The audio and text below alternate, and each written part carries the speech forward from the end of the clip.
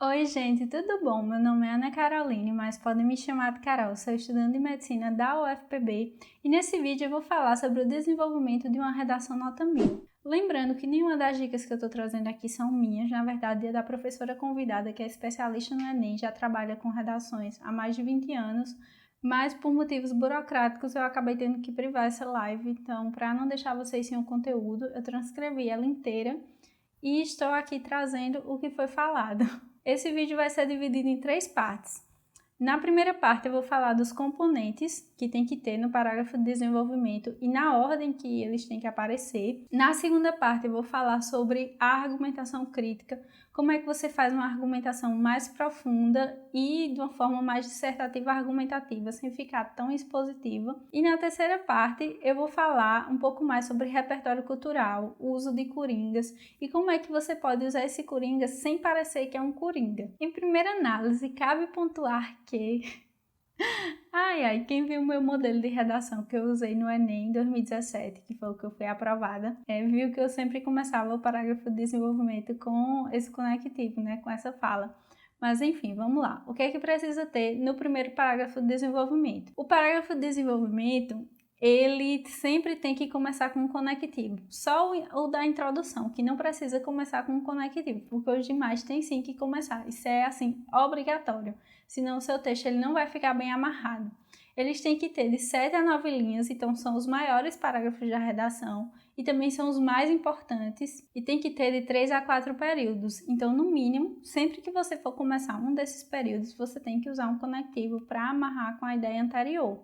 Então, vai fazer nessa ordem. Começa com um conectivo, aí logo em seguida vem o tópico frasal, que é um resuminho do que você vai falar no parágrafo, que é a ideia central daquele parágrafo. Depois você coloca um repertório cultural, que sempre tem que ter um repertório cultural, tanto na introdução como no desenvolvimento. A proposta de intervenção que eu vou falar no próximo vídeo é justamente para intervir, né, como o próprio nome já diz, nesses problemas que você vai desenvolver e abordar melhor no desenvolvimento. Então, depois do repertório cultural, você vai fazer a finalização do parágrafo, que é o que garante a sua argumentação crítica, que é quando você, além de colocar nessa problemática em associação com algum autor, com algum filósofo, com algum sociólogo, ou até mesmo com algum dado estatístico, enfim, com alguma coisa, é quando você vai argumentar de por que isso tem uma relação, por que isso é um problema e por que isso chama a atenção para essa problemática.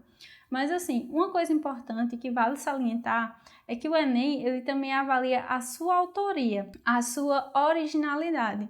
Por isso que as redações nota 1000 geralmente elas vão mais pelo lado de argumentar usando um repertório cultural que seja filósofo, sociólogo, um livro, uma música, enfim, uma coisa assim que não seja só um dado que você pegou e colocou lá, entendeu?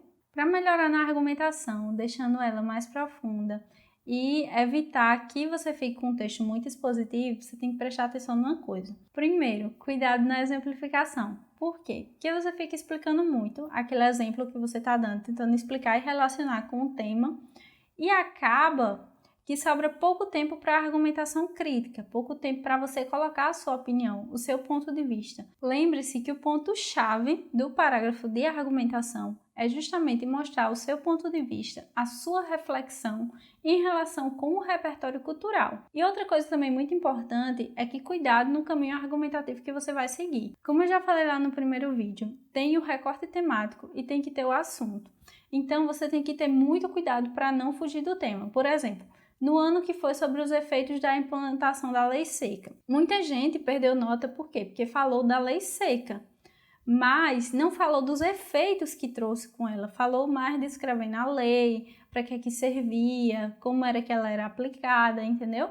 Então, assim, você tem que ter muito cuidado também pelo caminho argumentativo que você vai seguir e tem que mostrar ao corretor, tanto no primeiro parágrafo de introdução, como no desenvolvimento, que você entendeu o tema e que você sabe argumentar e se posicionar sobre ele. Como a professora, inclusive, falou na live, a primeira impressão é a que fica. Então, o corretor, ele fica mais maleável, fica mais assim, com mais empatia por você, se você fizer os 2 primeiros parágrafos bem feitos, porque aí ele tá mais assim, flexível a perdoar um deslize ou outro, porque ele já entendeu que você sabe argumentar, que você sabe se posicionar, que sabe usar corretamente os conectivos e que isso ali provavelmente foi algum problema de atenção ou, enfim, nervosismo da prova. E outra coisa importante, falando em conectivos, é que também é avaliado o seu repertório de conectivos. Então, evite repetir conectivos. Uma redação nota 1000, ela costuma ter de 17 a 21 conectivos. Algumas pessoas usam mais do que isso, inclusive isso é uma estratégia argumentativa assim, para meio que ludibriar o corretor. Então, a pessoa vai falando um negócio e já fala, portanto, logo, além disso, ademais, sabe? Sai colocando assim uma coisa na outra, amarrando. E pode ser que dê aquela engambelada no corretor. Outra dica muito importante é que você tem que aprender a olhar o seu texto com um olhar de corretor e não apenas de escritor. Por quê? Porque o escritor escreve e deixa para outra pessoa corrigir. Enquanto que o corretor ele tem um olhar crítico. O que é que está faltando para essa argumentação ficar mais consistente e mais profunda? É importante que você treine isso antes do Enem. Não deixe para tentar avaliar o seu texto assim em cima da hora, lá na hora da prova, porque isso é uma habilidade que você vai desenvolvendo. Então, o seu texto, ele tem que ter uma linearidade. Você não pode ler e ficar parando para entender, ficar voltando, ficar que nem a Nazaré fazendo conta e pensando, que danado foi isso que eu li mesmo, sabe? Você tem que ler de uma forma que o texto vá fluindo, que um parágrafo vá puxando o outro, que um período vá puxando o outro, e que fique assim de uma forma que a pessoa leia do começo ao fim e pense, menino, entendi o que essa pessoa quis dizer. Em relação ao uso de coringas, você tem que entender que não é só usar o coringa, não é só pegar uma frase pronta e dizer, vou aplicar ela na redação, vou colocar lá como citação e acabou. Não. Procure estudar um pouco mais a fundo a vida desse filósofo, desse sociólogo, enfim, desse repertório cultural que você tem. Inclusive, eu recomendo que leia a Declaração Universal dos Direitos Humanos, que leia o artigo 5º da Constituição, que eu falei lá no primeiro vídeo, mas assim, que são referências culturais que também podem ser usadas no desenvolvimento, mas que são mais legais para introdução. E em vez de só colocar lá, Emile Durkheim disse isso, vá lá e leia alguma coisa sobre Emile Durkheim, sobre as teorias dele, sobre fato social, sobre a falha do processo educacional, porque assim, tem muita coisa que você pode usar na sua argumentação e que você pode relacionar de uma forma mais profunda. É importante avaliar como esse coringa vai se encaixar no tema que você está utilizando. Porque para o corretor não perceber que aquilo ali é um coringa, pensar que realmente você é uma pessoa super letrada, super experiente e que fez uma relação, assim, uma reflexão profunda sobre aquilo. Mas na verdade você só entendeu as palavras-chave do tema e conseguiu relacionar por outro aspecto daquele autor. Outra dica bem legal é dar uma olhada nas redações nota 1000. Porque tem assim o uso de repertórios muito bons e que saem um pouco desse senso comum de Bauman, de Paulo Freire, inclusive cuidado ao utilizar Paulo Freire, que foi um erro que eu cometi na minha redação quando eu fui aprovada, que o corretor, ele é um professor que já viu isso ao longo da graduação dele inteira. Então, você não pode jogar lá no texto qualquer coisa sobre Paulo Freire, porque ele vai dizer, esse menino aqui tá tentando me engambelar. Ele vai perceber que tá sendo tapeado, sabe? Então, é uma coisa que você tem que ter muito cuidado ao utilizar, temas que o corretor conheça muito. Na live, a professora deu uma dica bem interessante de utilizar Rui Barbosa, que foi um diplomata, jornalista brasileiro e que atuou muito nos direitos civis. Então, assim, não é uma pessoa tão popular que é utilizada nas redações. Procure fugir disso que todo mundo usa, mas se você só lembrar disso na hora, use, porque é melhor do que deixar sem nada. E foi o meu caso, eu só lembrar de Paulo Freire, então tome Paulo Freire. E agora uma dica de ouro para quem ficou até aqui, que a professora na live ela falou que, segundo o levantamento, né, o eixo que mais é cobrado nos temas de redação do Enem é o eixo social. E o que ainda não foi cobrado desse eixo social são os índios, idosos e LGBTQIA+. Ô, bem, mulher. Chega aqui, criança. Deixa de tempo, isso não é hora não. Eu já vou brincar com você.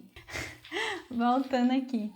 LGBTQIAP+, inclusive que a sigla foi atualizada, né? E que você prepare um parágrafo de argumentação, um repertório focado nos eixos econômico, social e ambiental, porque é o que mais tem chance de cair esse ano. Sabemos bem assim que o Enem não costuma cobrar o que mais está em alta na mídia, tá aqui todo mundo falando em corona, é capaz de aparecer alguma coisa sobre o direito do idoso, enfim.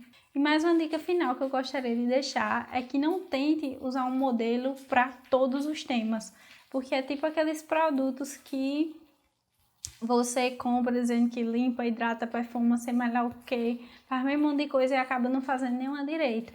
Tente, por exemplo, o que é que você pode fazer? Você pode padronizar o jeito de escrever. Pode começar sempre com os mesmos conectivos, que nem eu sempre começava, né? Em primeira análise é válido pontuar que, então, portanto, isso, entendeu? Mas você não precisa tentar encaixar exatamente o mesmo modelo em tudo. Pegue o jeito de escrever, padronize esse seu jeito e aperfeiçoe até o Enem, que é o que dá para fazer.